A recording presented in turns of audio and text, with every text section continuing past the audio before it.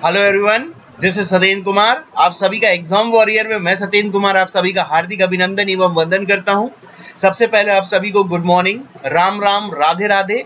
जितने भी एस्पिरेंट्स हैं जो मुझसे ऑफलाइन कनेक्ट थे और जो पिछले कुछ दिनों से ऑनलाइन भी पढ़ रहे थे, तो मैं सभी एस्पिरेंट से बोलना चाहूंगा कि अगर आप गवर्नमेंट एग्जाम की तैयारी कर रहे हो, यूपी पीएससी की तैयारी कर रहे हो, यूपी लोअर पीसीएस का एग्जाम दे रहे हो, आरओ एआरओ यूपीएसआई और जितने भी टीचिंग एग्जाम होते हैं और साथ में सीजीएल और सीएचएसएल, सभी गवर्नमेंट एग्जाम को ध्यान में रखते हुए मैं सत्येंद्र कुमार आप लोगों के लिए हिस्ट्री पर पुराने प्रश्नों के माध्यम से जो सभी गवर्नमेंट एग्जाम में पूछे जा चुके हैं उनकी एमसीक्यूज की श्रृंखला चला रहा हूं। पार्ट 1, पार्ट 2, पार्ट 3 और ये आपका पार्ट 60 होगा, जहां पर हम लोग प्राचीन भारत के इतिहास पर क्वेश्चंस के माध्यम से डिस्कशन करेंगे और उम्मीद करते हैं कि आज के 40 से 45 मिनट के सत्र में 10 से 15 क्वेश्चंस के माध्यम से मैं आपको कुछ अवधारणाएं स्पष्ट कर सकूं।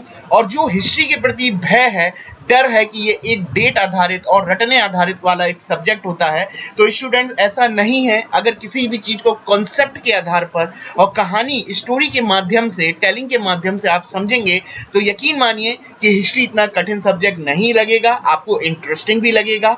जैसा कि आप लोग देख रहे हो कि मेरा नाम सत्येंद्र कुमार है, मैं पिछले 5 वर्ष से टीचिंग सेक्टर एजुकेटर के रूप में काम कर रहा हूं और मैं हिस्ट्री के साथ साथ बाल मनोविज्ञान, जिसे हम लोग चाइल्ड डेवलपमेंट पेडागोजी के नाम से जानते हैं, और साथ में पर्यावरण अध्ययन जिसे ईवीएस पेडागोजी के नाम से जानते हैं, करंट अफेयर और निबंध जैसे सब्जेक्टों को मैं यूट्यूब चैनल और ऑफलाइन पढ़ाता हूं।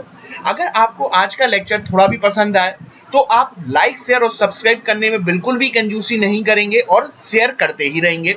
लेक्चर को आगे ले जाने से पहले यहाँ पर एक बात मैं यहाँ पर ये बोलना चाहूँगा, अगर आप एस्पिरेंट्स हैं, आप ये लेक्चर पहली बार देख रहे हैं या आप किसी अदर यूट्यूब चैनल को फॉलो करते हैं, तो मेरी यही आप लोगों से उम्मीद है कि अपने टीचर से जुड़े रहिए, क्योंकि जो कोविड की जो सिचुएशन है सेकेंड फेज में, तो आपने देखा होगा कि टीचिंग इंडस्ट्री ने बहुत सफ़र किया इस समय। अगर वो बड़ी कोचिंग है या छोटी कोचिंग है ये मैटर नहीं करता, या बहुत बड़ा टीचर हो या छोटा टीचर हो ये मैटर नहीं करता, लेकिन सभी ने फेस किया है। तो इस विपरीत परिस्थितियों में एक टीचर के रूप में, चाहे मैं हूं या कोई भी टीचर हो, उसने पढ़ाना नहीं छोड़ा रिसोर्सेस की समस्या होने के बावजूद।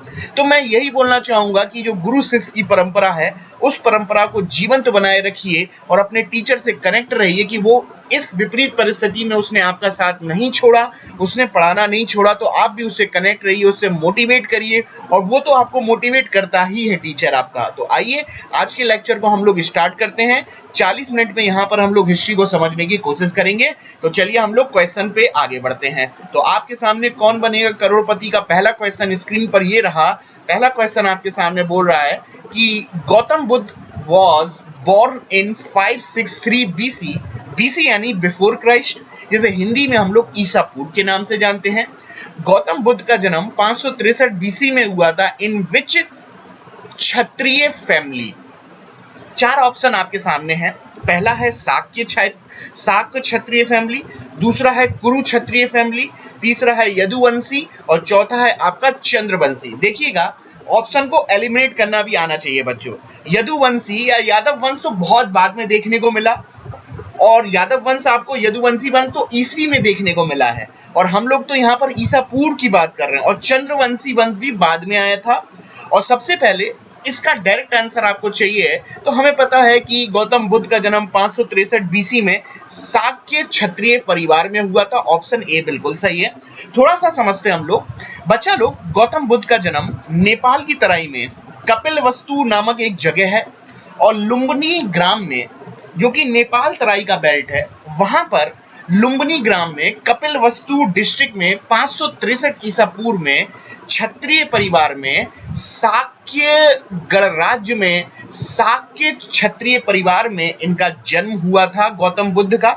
जैसा कि आप जानते हो, इनका पिता का नाम था शुद्धोधन हुआ करता था, और इनके पिता जो थे वो शाक्य गणराज्य के प्रधान हुआ करते थे, शाक्य रिपब्लिक। यहाँ पर थोड़ा सा मैं आपको बोलना चाहूंगा, जिस समय 16 महाजनपदों का इतिहास पढ़ते हैं, तो उसी समय 16 महाजनपदों के ही समय जब गौतम बुद्ध का जन्म हुआ, तो वहां पर नेपाल की तराई में, बिहार क्षेत्र के नेपाल तराई में कुछ गणराज्य भी देखने को मिले। गणराज्य यानी कि रिपब्लिक, जहां का शासन राजतंत्र के आधार पर ना चल के लोकतंत्र की वैल्यू के आधार पर चलता था। ऐसे सिस्टम को हम लोग गणतंत्र या गणराज्य के नाम से जानते हैं। उन्हीं गणराज्य में एक गणराज्य हुआ करता था शाक्य गणराज्य, और इसी गणराज्य में आपका गौतम बुद्ध का जन्म हुआ था। पिता का नाम शुद्धोधन आपका था, जैसा कि आपको पता है। तो ये हमारा पहले क्वेश्चन का आंसर ऑप्शन नंबर ए है। और आपको पता है कि 563 में जन्म हुआ और 483 वर्ष की उम्र में, या 483 बीसी में इनका निधन होता है कुशीनगर या कुशीनारा में। और इनकी मृत्यु को बौद्ध धर्म में महापरिनिर्वाण के नाम से जानते हैं।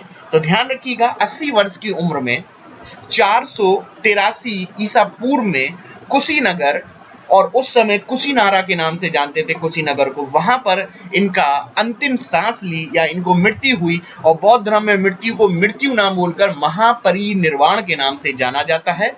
और ध्यान रखिएगा, जब गौतम बुद्ध की डेथ होती है महापरिनिर्वाण, तो इनके जितने भी शरीर के अवशेष थे, उन अवशेषों को अंतिम संस्कार करने का कार्य मल्ल गणराज्य ने किया था। ध्यान रखिएगा, मल्ल गणराज्य के द्वारा गौतम बुद्ध का अंतिम संस्कार 8 भागों में किया गया था।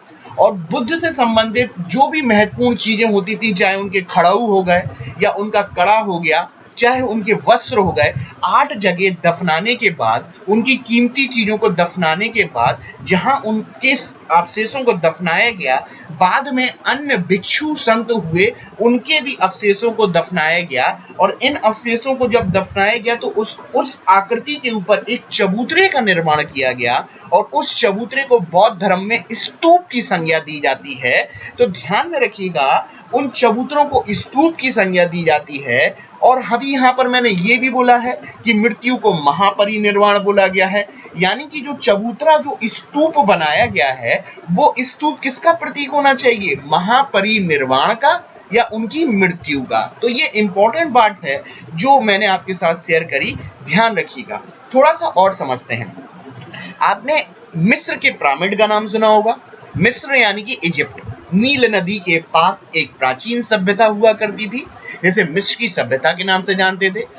बच्चा लोग, वहां पे क्या होता था, जब कोई राजा महाराजा या बड़े बड़े संत लोग मर जाते थे, डेथ हो जाती थी, तो उनकी डेड बॉडी और उनके जो शरीर के कुछ महत्वपूर्ण अवशेष थे, उनको जमीन में दफनाने के बाद, उसके बाद जो भी सन्यासी हुए वहां पर, जो भी राजा महत्वपूर्ण हुए, उनके भी अवशेषों को दफनाने के बाद वहां पर एक ट्रायंगुलर शेप दे दिया गया, जिसे मिस्र में इजिप्ट के पिरामिड के नाम से जाना जाता है। ध्यान रखिएगा, इजिप्ट के पिरामिड। और वहां पर जो डेड बॉडी को दफनाया जाता था ना, तो वहां पर उस डेड बॉडी को ममीज के नाम से जाना जाता है। और ममीज तो मूवी भी आ चुकी है। ध्यान रखिएगा, ये ममीज जो होती है ना, आज भी एक रहस्य बनी हुई है। ध्यान रखिएगा, इजिप्ट के पिरामिड में अब क्या होता था, वहां पर जो डेड बॉडी जो होती थी, उसे जो ममीज के नाम से जानते थे, वो डेड बॉडी को बच्चा लोग वहां पर पहले तेल से पॉलिश की जाती थी। मरने के बाद डेड बॉडी के ऊपर हम लोग तेल से मालिश करते थे, और उसके बाद उसके ऊपर लीलेन नाम का एक वस्त्र होता है, रेमंड्स का, महंगा आता है, वो कपड़े को डेड बॉडी के ऊपर चढ़ा देते थे। और कम तापमान पर हम लोग डेड बॉडी को अंदर दफनाते थे, ताकि वो डेड बॉडी बहुत ज्यादा समय तक के लिए उसके अवशेष बने रहे, कि निकट भविष्य में, चाहे वो 10,000 वर्ष बाद भी, हम उन अवशेषों से, उस बॉडी के अवशेषों से, डीएनए के माध्यम से उस बॉडी के बारे में बहुत कुछ जान सकें, उस ममीज के बारे में।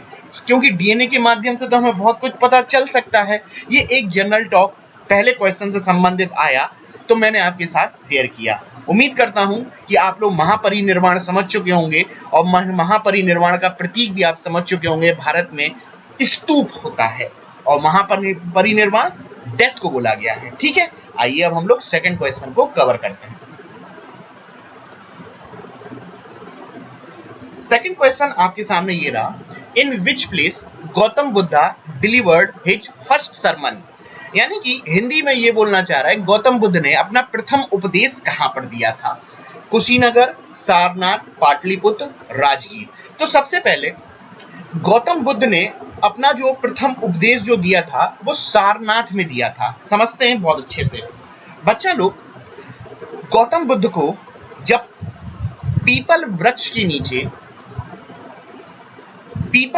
के नीचे ज्ञान प्राप्त हो गया, पीपल वृक्ष के नीचे उनको ज्ञान प्राप्त हो गया, तो ज्ञान को बांटने के लिए ये खुद जाते थे लोगों के पास, और ज्ञान बांटने को बौद्ध धर्म में निर्वाण की संज्ञा दी गई है।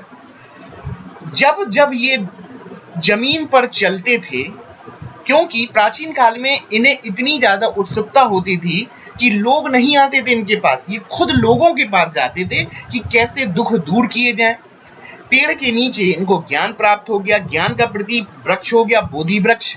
लेकिन अब उस ज्ञान को बांटना है, उस ज्ञान के बांटने को हम लोग निर्वाण या मोक्ष के नाम से जानते हैं। तो निर्वाण को बांटने के लिए जब ये जमीन पर चलते थे, तो इनके जमीन पर चलने से इनके खड़ाऊ या पैरों के निशान जमीन पर पड़ते थे, और जमीन पर पड़ने से इनके पैरों के निशान पद चिन्ह जमीन पर बन जाते थे। यानी कि पैरों के निशान, पद चिन्ह के निशान इनके निर्वाण के प्रतीक हैं, निर्वाण के सिंबल्स हैं। ध्यान रखेंगे, निर्वाण यानी कि मोक्ष, लोगों के दुखों का अंत करना। इतनी बात हो गई। अब भाई होता क्या है कि गौतम बुद्ध की एक इंटरेस्टिंग स्टोरी ये है कि जब ये पेड़ के नीचे बैठकर ज्ञान प्राप्त कर रहे थे, तो कुछ बुद्ध सन्यासी हुआ करते थे। एक बार की बात है कि कहानी है कि ये पेड़ के नीचे बैठे हुए थे कि एक स्त्री आती है खीर का कटोरा लेकर। अब गौतम बुद्ध जो बिल्कुल शरीर सूखा जा रहा है, इनका शरीर सूखता जा रहा है, कुछ खाना पीना बंद कर दिया है। तो जैसे ही वो स्त्री इनके पास खीर का कटोरा लेकर आई, तो इनके कुछ सन्यासी हुआ करते थे, उन्होंने देख लिया और वो देख के नाराज हो गए कि अरे गौतम तो पद से भ्रष्ट हो चुका है, वो भोजन का सेवन करने जा रहा है और दिखावा कर रहा है कि वो पेड़ के नीचे बैठकर सन्यासी बनेगा, ज्ञान प्राप्त करेगा। तो वो 5 सन्यासी छोड़ के भाग गए। हिस्ट्री में इन 5 सन्यासी को कौंडिन्य के नाम से जाना जाता है। लेकिन वही बात है ना, चमत्कार को नमस्कार है। जब गौतम बुद्ध को 35 वर्ष की उम्र में ज्ञान प्राप्त हो गया, और ज्ञान प्राप्त होने के बाद ये सारनाथ गए, और सारनाथ बनारस में पड़ता है। और प्राचीन काल में सारनाथ को ऋषिपत्तनम या मृगदाब के नाम से जानते थे। सारनाथ को ऋषिपत्तनम या मृगदाब के नाम से जानते थे।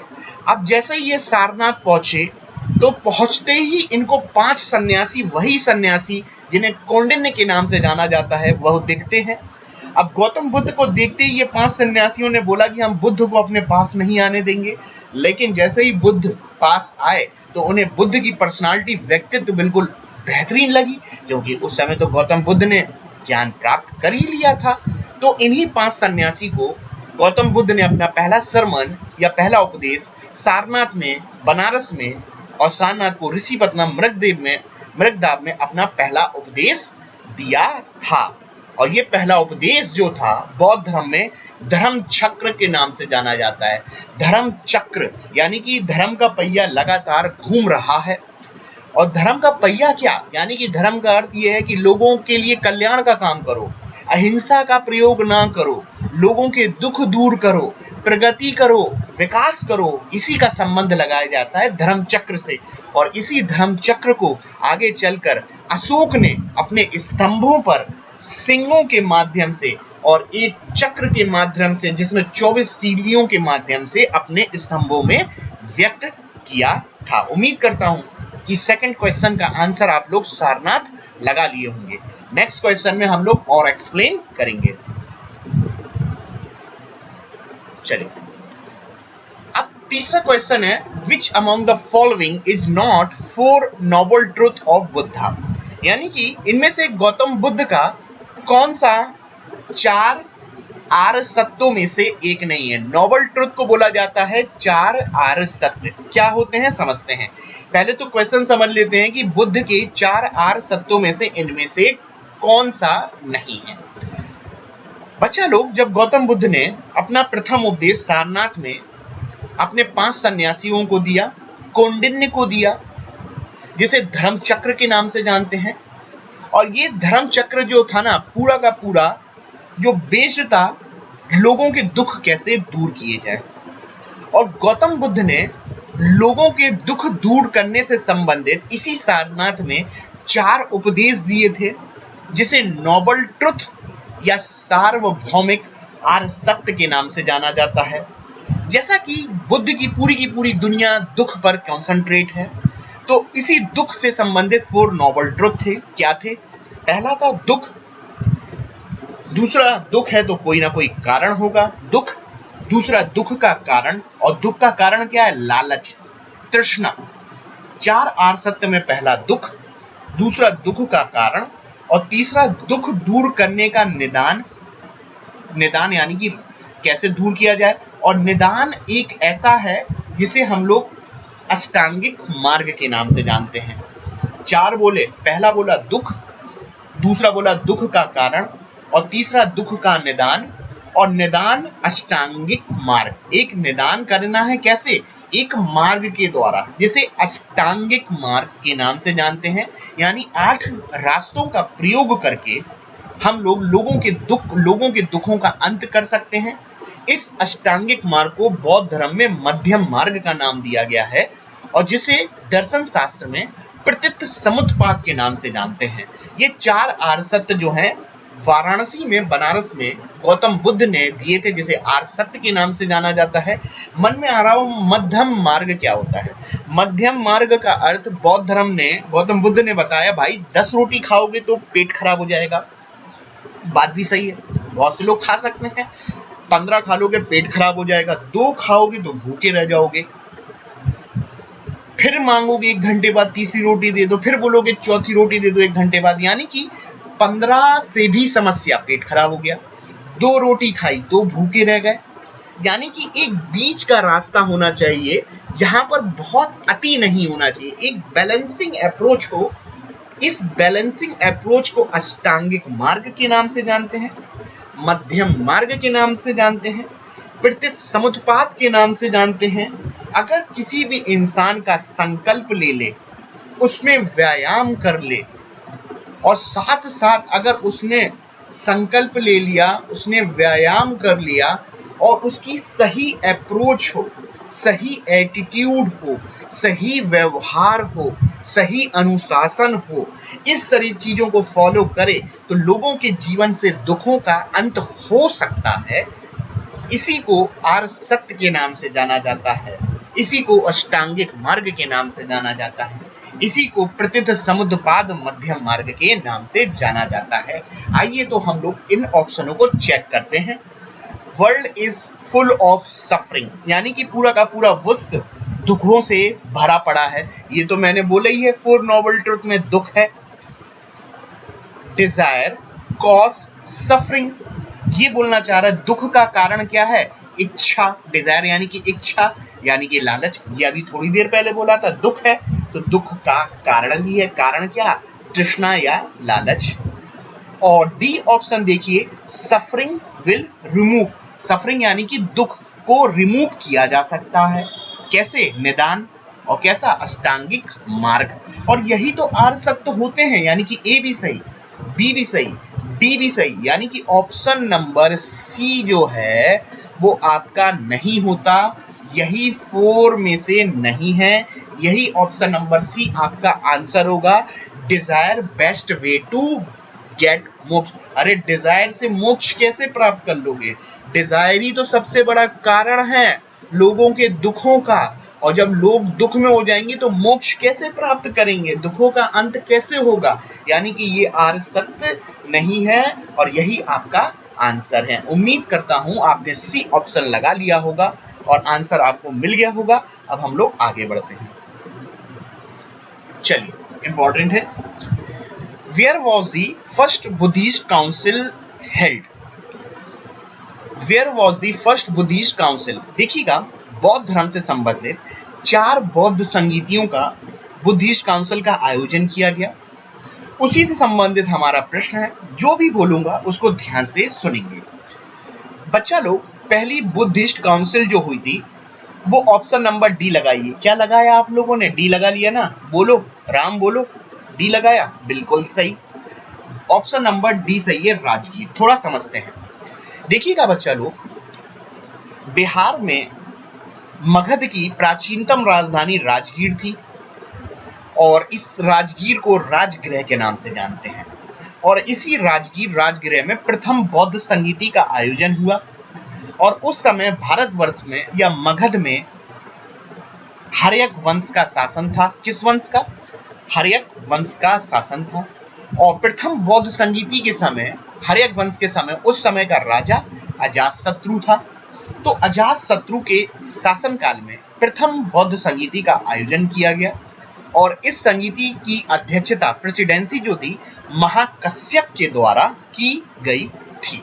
ठीक है, आपने उम्मीद करता हूं आंसर लगा लिया होगा डी, राजगीर। राजा कौन था? अजातशत्रु। अध्यक्ष कौन था? महाकश्यप। हुआ क्या इस बुद्धिस्ट काउंसिल में, संगीति में हुआ क्या? यहाँ पर बच्चा लोग बुद्ध की शिक्षाओं को हम लोगों ने पिटकों में डिवाइड करना स्टार्ट किया। देखिए, बुद्ध की शिक्षाओं को पिटकों में विभाजित करना शुरू किया। देखिएगा, बौद्ध धर्म में एक शब्द का इस्तेमाल किया गया है, पिटक। पिटक का अर्थ होता है बुद्ध की शिक्षाएं इस टोकरी में रखी गई हैं। दो टोकरियों का निर्माण किया गया पहली संगीति में, एक टोकरी ये, एक टोकरी ये। पहली टोकरी में बुद्ध से संबंधित शिक्षा, दूसरी टोकरी में भी बुद्ध से संबंधित शिक्षा, लेकिन दोनों टोकरियों को डिवाइड कर दिया गया, विभाजित कर दिया गया था। पहली टोकरी में बुद्ध से संबंधित जो शिक्षा थी उसको सुत्त पिटक के नाम से जाना गया, सुत्त पिटक के नाम से जाना गया। और इस सुत्त पिटक का संकलन आनंद के द्वारा किया गया था। और दूसरी टोकरी जो थी, जो आपकी विनय पिटक थी, इस विनय पिटक की टोकरी में जो बुद्ध की शिक्षाएं थी उसका संकलन उपाली के द्वारा किया गया था। ये इंपॉर्टेंट है, तो ध्यान रखिएगा। प्रथम बौद्ध संगीति में आनंद और उपाली दोनों उपस्थित थे, जहां आनंद के द्वारा सुत्त पिटक का संकलन किया गया और विनय पिटक का संकलन जो था उपाली के द्वारा किया गया था। ठीक है, इतनी बात मैंने आपसे बोल दी। बुद्ध की शिक्षाओं को दो भागों में विभाजित किया गया, एक सुत्त पिटक, एक विनय पिटक। सुत्त पिटक किसके द्वारा? आपका आनंद के द्वारा, और विनय पिटक उपाली के द्वारा। जहां विनय पिटक बहुत इंपॉर्टेंट है, जहां पर विनय पिटक का अर्थ होता है किसी आश्रम में जो सन्यासी होते थे उनके व्यवहार और अनुशासन से संबंधित नियम, या एक भिक्षु को कैसे विहार में रहना चाहिए, हॉस्टल में रहना चाहिए या सन्यासी आश्रम में रहना चाहिए, उन भिक्षुओं के व्यवहार अनुशासन से संबंधित नियम जो थे वो आपका विनय पिटक के नाम से जाने जाते हैं। उम्मीद करता हूं चौथे का आंसर आप लगा लिए होंगे, ध्यान रखेंगे, चौथे का लगा लिए होंगे। अब आगे बढ़ते हैं, राजगीर। चलिए, पांचवा क्वेश्चन देखते हैं। Who among the following presided the first Buddhist council? भाई, कौन था प्रथम बौद्ध संगीति का अध्यक्ष? अभी थोड़ी देर पहले ही बोला था, प्रथम बौद्ध संगीति का अध्यक्ष महाकश्यप थे। प्रथम बौद्ध संगीति के अध्यक्ष आपके महाकश्यप थे। मोगलीपुत्र तो हो ही नहीं सकते। मोगलीपुत्र तो तीसरी संगीति के अध्यक्ष थे अशोक के समय, ध्यान रखना। और वसुमित्र जो थे वो चौथी बौद्ध संगीति में थे, अध्यक्ष थे। ऋषभदेव है ही नहीं है, ऋषभदेव तो जैन धर्म से संबंधित है, ध्यान रखिएगा। यानी कि ऑप्शन का आंसर आप लोगों ने महाकश्यप लगा लिया होगा। और जो थोड़ा मैंने एक्सप्लेन करा उसको भी ध्यान में रखेंगे। अभी इसी से संबंधित अभी बहुत सारी जानकारी आपको देखने को मिलने वाली है। और बच्चा लोग इतना भी बता देता हूँ, तो 4 बौद्ध संगीति हुई थी ना, 2 और ध्यान में रखना है, 5वीं और 6ठी। वहां पर मैंने 5वीं और 6ठी से संबंधित स्लाइड बना रखी है, वहां पर मैं आपको संपूर्ण जानकारी देता रहूंगा। उम्मीद करता हूं लेक्चर को आप ध्यान से सुन रहे होंगे, काफी काम का आपके लिए लेक्चर होने वाला है ये। चलिए अगले पॉइंट पर आते हैं। चलिए देखिएगा, Who among the following presided the third council which was held Pataliputra under the patronage of Ashoka? यानी कि तृतीय या तीसरी बौद्ध संगीति का आयोजन पाटलिपुत्र में किया गया था, पटना में किया गया था अशोक के शासनकाल के समय।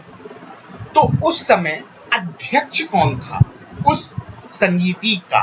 तो याद कीजिए, जो तीसरी बौद्ध संगीति का आयोजन किया गया उसके अध्यक्ष जो थे मोगलीपुत्र तिस्स जो थे अध्यक्ष थे इस बौद्ध संगीति के। और यहाँ पर एक बात बताना चाहूंगा, ये मोगलीपुत्र जो तिस्स नाम आ रहा है ना, इन्हें जो होता है ना भाग्यवादी माना जाता है। और बिंबिसार के दरबार में इस तरीके के लोग भी रहा करते थे मोगलीपुत्र तिस्स की तरह। और मोगलीपुत्र तिस्स को आजीवक संप्रदाय का फाउंडर भी माना जाता है। और आजीवक संप्रदाय क्या होता है? वो संप्रदाय जो भाग्यवादी होता है, जो होगा देखा जाएगा, भाग ने तो लिख दिया है, जिसके साथ जो होना होगा हो जाएगा। और इसी मोगलीपुत्र तिस्स ने तृतीय बौद्ध संगीति का जो आयोजन हुआ था उसकी अध्यक्षता की थी। उम्मीद करता हूं कि आप लोगों ने आंसर लगा लिया होगा। महाकश्यप तो हो ही नहीं सकता, ये तो पहले में थे आपके, यानी कि ऑप्शन नंबर बी बॉम्बे आपका सही। वसुमित्र हो ही नहीं सकता, थोड़ी देर पहले मैंने आपसे बोला। वसुमित्र चौथे के थे आपके अध्यक्ष, जो कश्मीर कुंडलवन में हुई थी। चलिए इतनी बात हो गई, 1 मिनट। चलिए आगे आते हैं। अब नेक्स्ट देखते हैं। Gautam Buddha got enlightenment at the age of under Bodhi tree. Gautam Buddha को जो ज्ञान प्राप्त हुआ, एनलाइटमेंट को ज्ञान प्राप्त बोलते हैं, प्रकाश पुंज। और गौतम बुद्ध को हमने ये भी सुना होगा एशिया का प्रकाश पुंज भी के नाम से भी जानते हैं, और प्रकाशित पुंज के नाम से भी जानते हैं गौतम बुद्ध को, जिसे एनलाइटमेंट के नाम से भी जाना जाता है। और इसको ज्ञान प्राप्त हुआ था 35 वर्ष की उम्र में, गया में पीपल वृक्ष के नीचे। 35 वर्ष की उम्र में इनको गया में ज्ञान प्राप्त हुआ। बाद में ये बौद्ध बन गए और गया बौद्ध गया बन गया, क्योंकि बौद्ध यानी कि एनलाइटमेंट यानी कि नॉलेज। ऑप्शन नंबर सी बिल्कुल सही है। 29 वर्ष की उम्र में घर त्याग किया, और घर त्याग को ग्रेट डिपार्चर के नाम से जानते हैं या महाबहिष्क्रमण के नाम से जानते हैं।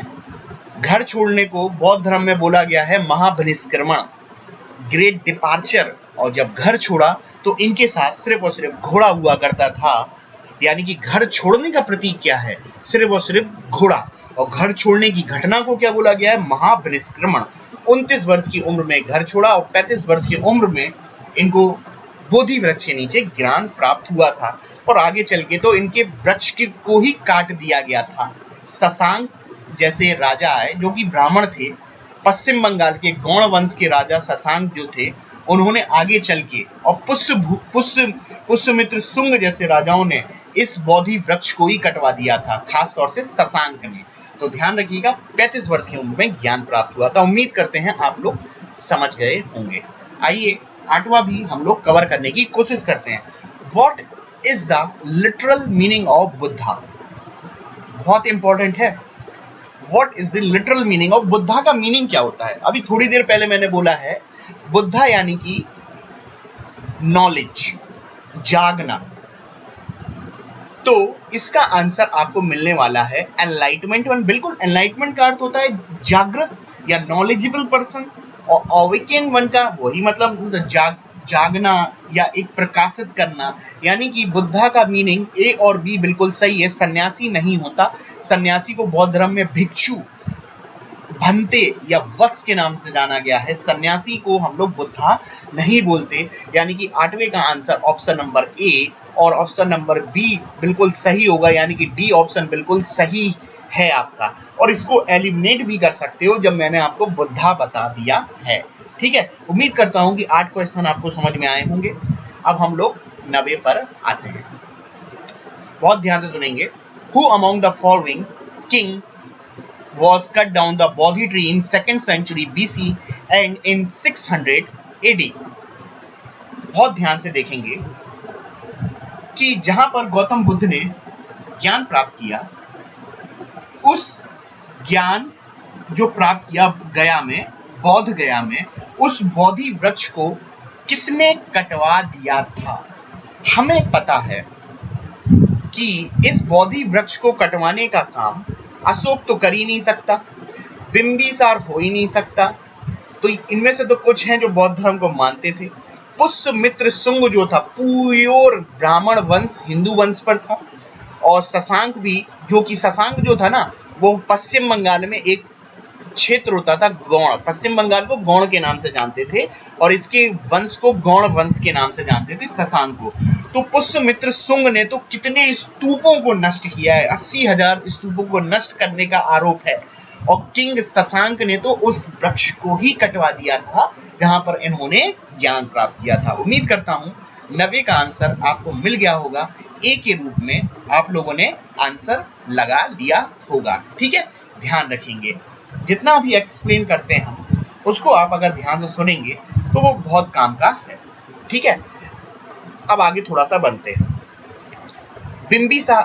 बिंबिसार और अजातशत्रु पहले बता चुका हूं। हर्यक वंश का फाउंडर कौन था आपका? बिंबिसार, और बिंबिसार के बेटे का नाम अजातशत्रु था। और हम लोग को पता होगा कि मगध पर राजवंश की शुरुआत हर्यक वंश के माध्यम से हुई थी और हर्यक वंश का फाउंडर बिंबिसार था और बिंबिसार का बेटा अजातशत्रु था। और अजातशत्रु ने तो अपने पिता को ही मारा और अजातशत्रु का बेटा उदयन ने अपने पिता यानी कि अजातशत्रु को मारा। और हर्यक वंश को हम लोग हत्यारा वंश के नाम से भी जानते हैं। उम्मीद करता हूँ जो मैं बोल रहा हूँ वो आप ध्यान से सुन रहे होंगे, समझ रहे होंगे। आगे बढ़े, चलिए ऑप्शन लगा लिया होगा ए। चलिए, who among were not the disciple of Buddha, इनमें से कौन बुद्ध का शिष्य नहीं था? Option Sariputta, Moggallana, B option Anand, Kashyap and Upali. भाई आनंद उपाली तो थे ही, अभी थोड़ी देर पहले बोला था। आनंद यानी कि सुत पिटक और उपाली यानी कि विनय पिटक, और ये तो उनके प्रधान शिष्य थे आनंद और उपाली। शुद्धोधन एंड राहुल, भाई शुद्धोधन और राहुल नहीं हो सकते क्योंकि शुद्धोधन तो चले गए थे और शुद्धोधन तो चले गए यानी कि उनकी डेथ हो गई थी। शुद्धोधन यानी कि पिता और राहुल यानी कि गौतम बुद्ध के बेटे, और इनको तो वो छोड़ के आए थे। जब छोड़ के आए थे तो ये शिष्य नहीं बन पाए थे। ध्यान रखिएगा, शुद्धोधन और राहुल शिष्य नहीं थे गौतम बुद्ध के। तो यही आपका आंसर होगा 10वें का सी। उम्मीद करता हूं कि जो हमने डिस्कशन किया वो आपका महत्वपूर्ण है। तो आइए स्टूडेंट, अब हम लोग गौतम बुद्ध से संबंधित जितनी भी बौद्ध संगीतियों का आयोजन हुआ है उसको एक बार रिवाइज करेंगे। और यकीन मानिए कि ये एग्जाम के लिए इम्पोर्टेंट है। मैंने आपके सामने स्क्रीन के माध्यम से पूरा का पूरा सजा रखा है। पहली बौद्ध संगीति हमें पता है, प्रथम बौद्ध संगीति जो थी अजातशत्रु, ये लिखा हुआ है सप्तपर्णी। राजगीर में सप्तपर्णी नाम की गुफा है। इस गुफा में अजातशत्रु के शासनकाल में महाकश्यप की अध्यक्षता में प्रथम बौद्ध संगीति का आयोजन किया गया। और इसी बौद्ध संगीति में ही हमने आपसे बोला बुद्ध की शिक्षाओं को पिटक में विभाजित किया गया। और यहाँ पर लिखा हुआ है सुत पिटक और विनय पिटक, जहां पर ये देखिए, Anand was one of the great disciple of Buddha recited sutta, यानी कि सुत पिटक की शिक्षाओं का संकलन आनंद के द्वारा, और जबकि उपाली के द्वारा विनय पिटक। अभी धम्म पिटक की बात नहीं करी है, ध्यान रखेंगे। ठीक है, सुत पिटक और विनय पिटक प्रथम बौद्ध संगीति। आइए अब हम लोग दूसरी बौद्ध संगीति के बारे में देखते हैं। दूसरी बौद्ध संगीति 383 में वैशाली में हुई और उस समय मगध का राजा हम लोग जान सकते हैं नाग वंश या शिशु नाग वंश के शासनकाल में दूसरी बौद्ध संगीति हुई। और उस समय शिशु नाग वंश का राजा हुआ करता था कालाशोक, और कालाशोक को कांक वर्ण के नाम से भी जाना जाता है। दिव्यादान में कांक वर्ण के नाम से बताया गया है। और कालाशोक शासन काल में हुई, लेकिन अध्यक्ष कौन था? सबाकामी। ये इंपॉर्टेंट है, अध्यक्ष आपका सबाकामी हुआ। और डायनेस्टी किस वंश के शासनकाल में? शिशुनाग के शासनकाल में। अब होता क्या है इस सेकंड बौद्ध संगीति में, इंपॉर्टेंट है, देखिएगा। जो विनय पिटक था, विनय पिटक यानी कि आचार व्यवहार नियम कुछ कानून कायदे बनाए गए थे भिक्षुओं के लिए। तो उसी विनय पिटक में कुछ समस्याएं हो गई। तो विनय पिटक की जो भी समस्याएं हुई, उन समस्याओं को सॉर्ट आउट करने के लिए इस संगीति का आयोजन किया गया था। ठीक है, ध्यान रखेंगे। दूसरी बौद्ध संगीति किसकी अध्यक्षता में? सभा का में। उम्मीद करता हूं आप लोग समझ गए होंगे। आइए चलिए अब देखिएगा, तीसरी बौद्ध संगीति कहां पे हुई? 250 ईसा पूर्व में अशोक के शासनकाल में पाटलिपुत्र में हुई, अशोक था। और जबकि किसकी अध्यक्षता में हुई? मोगलीपुत्र तिस। अब होता क्या है कि तीसरी बौद्ध संगीति इंपॉर्टेंट इसलिए है कि इस बौद्ध संगीति में होता क्या है, तीसरा पिटक जोड़ा गया जिसे हम लोग धम्म पिटक के नाम से जानते हैं। 2 पिटक पहले में थे, तीसरे पिटक को जोड़ा गया। थर्ड देखिए बहुत आसान है, थर्ड है ना, थर्ड का अर्थ त्रि, यानी कि त्रिपिटक का भी निर्माण हो गया। 2 तो थे ही, धम्म पिटक और जोड़ा गया। यहाँ धम्म का अर्थ होता है बुद्ध की धर्म उपदेश से संबंधित शिक्षाएं या दार्शनिक उपदेश से संबंधित शिक्षाएं, धम्म शिक्षाएं। धम्म पिटक तीसरी बुद्धिस्ट काउंसिल में जोड़ा गया था। अब बुद्ध की शिक्षाएं त्रिपिटक के नाम से जाने लगी थी। ध्यान रखिएगा। इतनी बात हो गई। अब हम लोग आगे बढ़ते हैं। इसी समय तीसरी बौद्ध संगीति का आयोजन हो गया, त्रिपिटक भी बन गई तीसरी बौद्ध संगीति में। अब हम लोग ध्यान रखिएगा, इसी तीसरी बौद्ध संगीति के बाद अब आप लोग चौथी संगीति का आयोजन भी देखोगे। हमें पता है चौथी बौद्ध संगीति कश्मीर में हुई, कुंडल वन में हुई, कनिष्क के शासनकाल में हुई। कनिष्क के शासनकाल में 72 ईस्वी में हुई। लेकिन ध्यान क्या रखना है, अध्यक्ष कौन थे? वसुमित्र। अध्यक्ष थे वसुमित्र, जबकि अश्वघोष जो थे उपाध्यक्ष थे। ध्यान रखना, अध्यक्ष वसुमित्र, उपाध्यक्ष अश्वघोष। और वसुमित्र और अश्वघोष जैसे दिग्गज कनिष्क के शासनकाल में रहा भी करते थे। हुआ क्या, इंपॉर्टेंट क्या है चौथा, देखिएगा। चौथी बौद्ध संगीति में बौद्ध धर्म कुछ संप्रदायों में बट गया, या बुद्ध की शिक्षाएं 2 संप्रदायों में बटी। एक संप्रदाय था हीनयान और दूसरा था आपका महायान। हीनयान और महायान संप्रदाय में आपका इस संगीति में या चौथी बौद्ध संगीति में विभाजन हुआ, जहां हीनयान संप्रदाय मानता है कि बुद्ध भगवान नहीं है, एक आध्यात्मिक गुरु हैं, एक सन्यासी, एक योगी हैं। जहां महायान संप्रदाय मानता है कि बुद्ध योगी आध्यात्मिक गुरु नहीं है, एक भगवान है। और जब भगवान है तो भगवान के लिए मूर्ति निर्माण भी होना चाहिए। तो कुछ दोनों की विचारधाराओं में अंतर है। जहां हीनयान बुद्ध को एक योगी आध्यात्मिक गुरु के रूप में मानता है, वहीं महायान बुद्ध को एक भगवान के रूप में मानता है। वो भगवान है तो भगवान के लिए मूर्ति स्थापित करना चाहिए। तो हीनयान और महायान जैसे संप्रदायों का उदय इस चौथी बौद्ध संगीति में हुआ और बुद्ध धर्म 2 संप्रदायों में बट गया। इतनी बात हो गई। उम्मीद करता हूं कि आप लोग इस बात को समझे होंगे। इंपॉर्टेंट तो है। अब देखिएगा, 4 तो हो गई बच्चा लोग, और जनरली हम लोग 4 ही पढ़ते हैं। लेकिन हम अगर एग्जाम को प्रिपेयर कर रहे हैं, किसी भी एग्जाम को, हो सकता है 5वीं और 6ठी हम लोग भूल जाते हैं। तो 5वीं और 6ठी बुद्धिस्ट काउंसिल है, उसको जरूर आप ध्यान में रखेंगे। उम्मीद करता हूं कि यही आपके लिए इंपॉर्टेंट होने वाली है, क्योंकि मुझे पता है कि आप लोग रट्टा मार मार के 4 तो याद कर लिए होंगे। बिल्कुल। चलिए आइए हम लोग 5वीं देखते हैं। याद करने के लिए 5वीं बच्चा लोग, 5वीं बुद्धिस्ट काउंसिल कहां पर हुई? पहले तो ये ध्यान में रखना है, बर्मा में हुई है। बर्मा में हुई है। बर्मा को म्यांमार के नाम से जानते हैं। 1871 ईस्वी में हुई। कहां पर हुई है? मांडले। बर्मा या म्यांमार में मांडले नामक स्थान पर 5वीं बौद्ध संगीति का आयोजन हुआ था। और उस समय राजा कौन हुआ करता था? मिंडन। ध्यान रखना है, राजा का नाम था मिंडन के शासनकाल के समय हुआ था। ये इंपॉर्टेंट है, ठीक है। यही आपको इंपॉर्टेंट ध्यान में रखना है। हुआ क्या कि इस बौद्ध संगीति में 5वीं में बुद्ध की शिक्षाएं, जो नियम, जो उपदेश थे, उनको एक व्यवस्थित रूप में, सिस्टमैटिकली रूप में व्यवस्थित किया गया और देखा गया कि बुद्ध की शिक्षाएं एक क्रमबद्ध रूप में अरेंज हैं कि नहीं है। उनका एग्जामिन किया गया, देखा गया कि देखो बुद्ध की शिक्षाएं, उपदेश व्यवस्थित हैं कि नहीं है। कहीं ऐसा तो नहीं है कि कुछ नियम को हटा दिया गया है या रिप्लेस कर दिया गया है या ड्रॉप कर दिया गया है।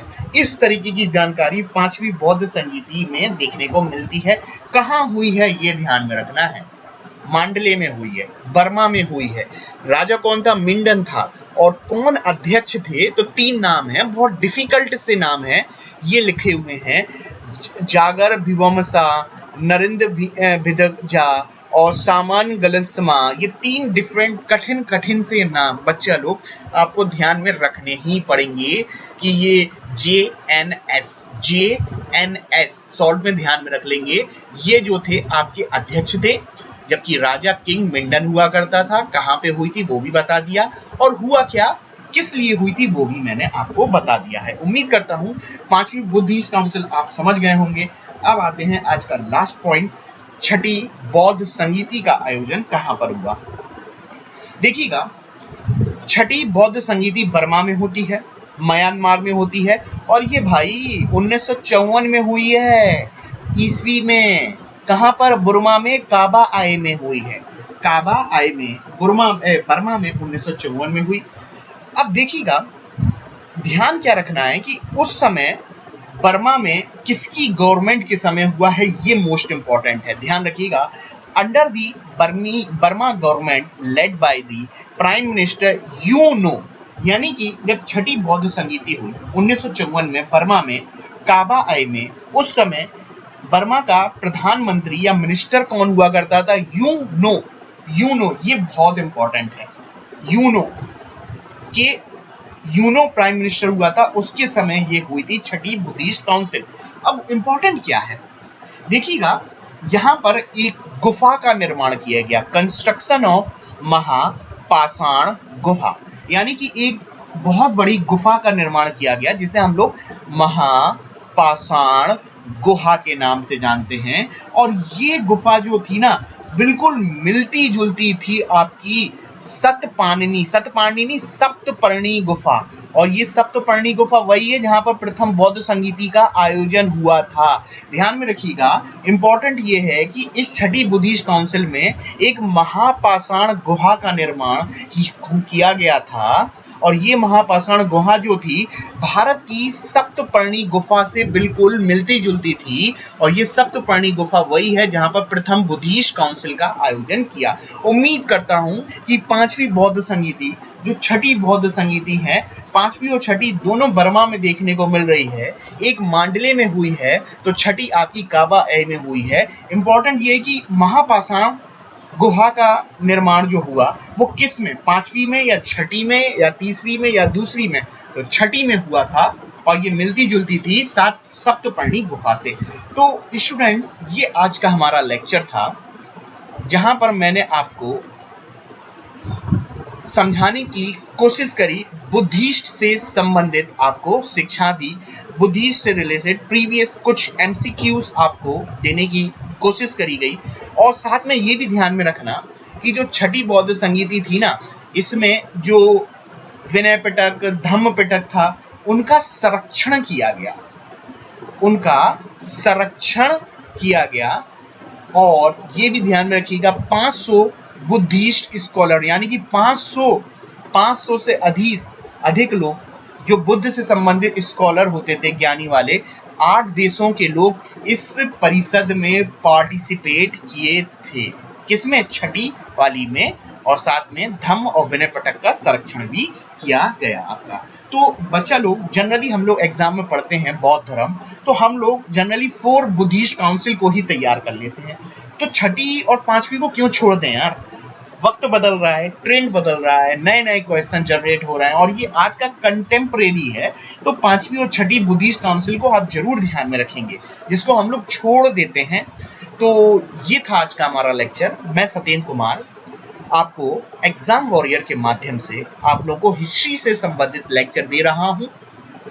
अगर आप टीचिंग एग्जाम की तैयारी कर रहे हैं तो जल्दी चाइल्ड डेवलपमेंट पेडागोजी तो मैं काफी समय से पढ़ा रहा हूं। एक प्रयास है कि आपको बेहतर देने की कोशिश की जाए। एक कोशिश है जो मैं करने की कोशिश कर रहा हूं कि चाइल्ड डेवलपमेंट और ईवीएस पेडागोजी आपको समझा सकूं और साथ में हिस्ट्री आपका कंटिन्यू रहेगा। अगर आपको लेक्चर थोड़ा सा भी पसंद आ गया हो तो लाइक शेयर में कंजूसी नहीं करना है, गुरु शिष्य की परंपरा को आगे ले जाना है और जीवंत बनाना है। मुझसे पढ़ रहे हो ये मैटर नहीं है, किसी से भी पढ़ रहे हो तो आपका ये कर्तव्य दायित्व बनता है। खुश रहिए, पॉजिटिव एनर्जी को परिवार वालों के साथ शेयर करिए, बूढ़ों बुजुर्गों के साथ शेयर करिए जिन्हें इस समय पॉजिटिव एनर्जी की जरूरत है। अगर आप पॉजिटिव एनर्जी एटीट्यूड रखोगे तो यकीन मानो कोरोना आपका कुछ नहीं कर पाएगा। अगर आप मेंटली कमजोर होंगे तो ये कोरोना जैसी चीजें आप पर हमला करेंगी, लेकिन आपको नेगेटिव नहीं होना है। तो बच्चा लोग पॉजिटिव एनर्जी को अपने परिवार वालों के साथ शेयर करिए, दोस्तों के साथ शेयर करिए, खुश रहिए, बेहतरीन रहिए, घर पर रहने की कोशिश कीजिए लेकिन पढ़ाई से कॉम्प्रोमाइज नहीं करेंगे। और एग्जाम वॉरियर यूट्यूब चैनल को आप शेयर और सब्सक्राइब अवश्य करेंगे। तो हम लोग पहली स्लाइड पर पहुंचते हैं। ये इंट्रोडक्शन थोड़ा सा मेरा सामने आप देख रहे होंगे। सत्येंद्र मेरा नाम है। पिछले 5 वर्ष से अधिक समय से मैं पढ़ाने की कोशिश कर रहा हूँ। एजुकेटर एक बेहतर एक प्रयास है, और तो इस प्रयास को प्लीज आप व्यर्थ ना जाने दें। सब्जेक्ट आपके सामने लिखे हुए हैं, लाइक शेयर सब्सक्राइब तो करते रहिए। जल्दी मिलते हैं नेक्स्ट लेक्चर में हिस्ट्री पर, जहाँ पर हम लोग बौद्ध धर्म के और MCQ करेंगे और कुछ भी नहीं छोड़ने वाले हम लोग। धन्यवाद दोस्तों। Okay, bye bye, next lecture में मिलते हैं।